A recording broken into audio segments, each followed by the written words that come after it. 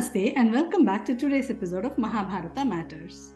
In the previous episode, we saw that an unarmed Krishna would help the Pandavas. Duryōdhana had procured his Narayani Sena, which comprised of one entire Akshauhini. Balarama had decided to stay neutral. Messages were sent across all the kingdoms to all the kings by both Duryōdhana and Yudhishthira. They were all bringing their armies to fight on the sides they had chosen. Armies were measured in terms of Akshauhinis. As we saw, Krishna had promised one Akshauhini of army. What is an Akshauhini?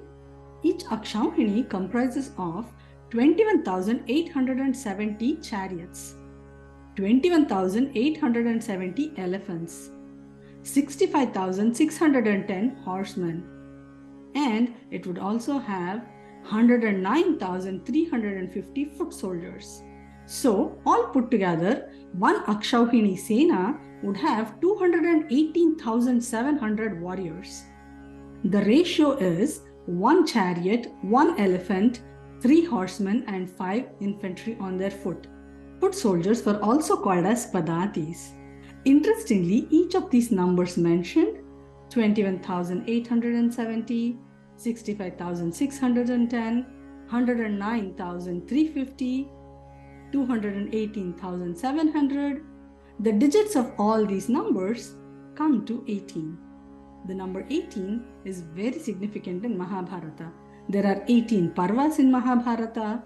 There are 18 Akshauhini Sainyams that fight in the Mahabharata war.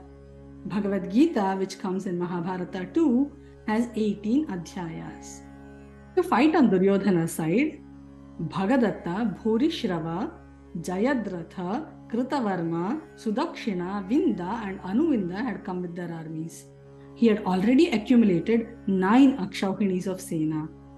To fight on Yudhishthira's side, Satyaki, Dhrishtaketu, the king of Chedi, Jayatsena or Sahadeva, the son of Jarasandha, the 5 Kekaya brothers, Drupada along with Dhrishtadyumna, Shikhandi, then the Pandya king, then Neela, all of these kings had brought their sainyams.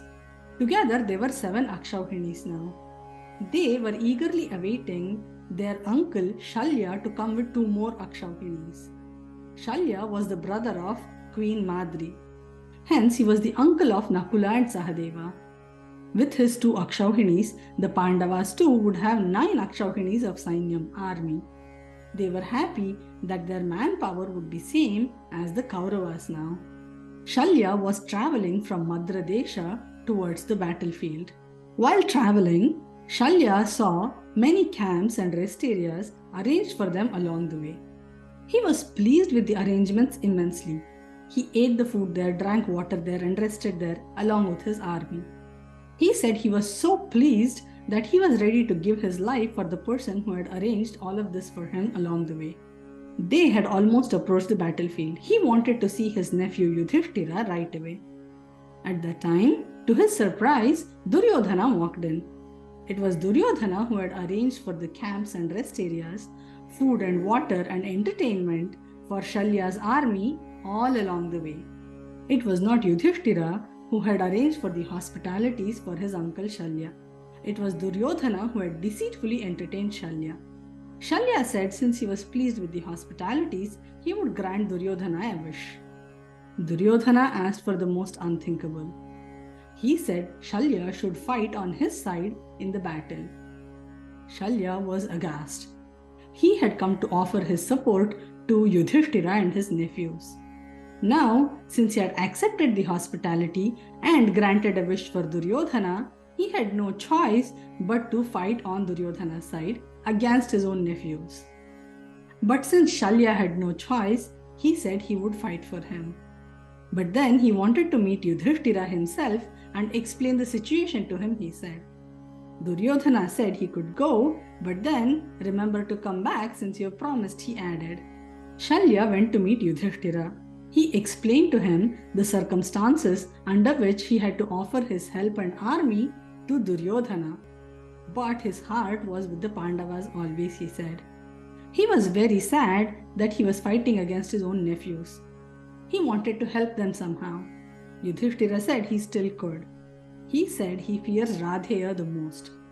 He had resolved to kill Arjuna, and Shalya could be of help in this situation.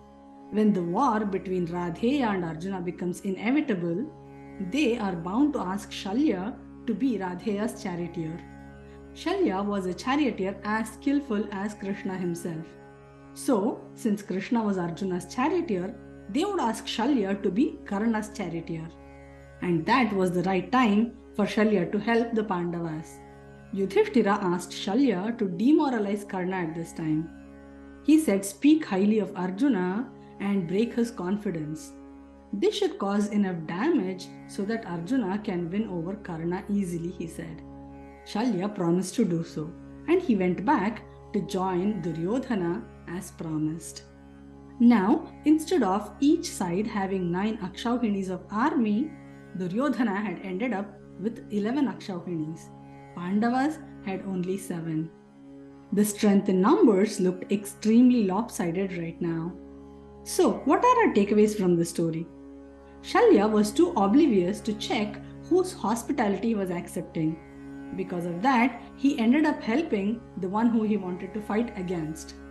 That's why it is said, when we eat salt in someone's house, we cannot do anything to hurt them. We saw this in Jarasandha episode as well.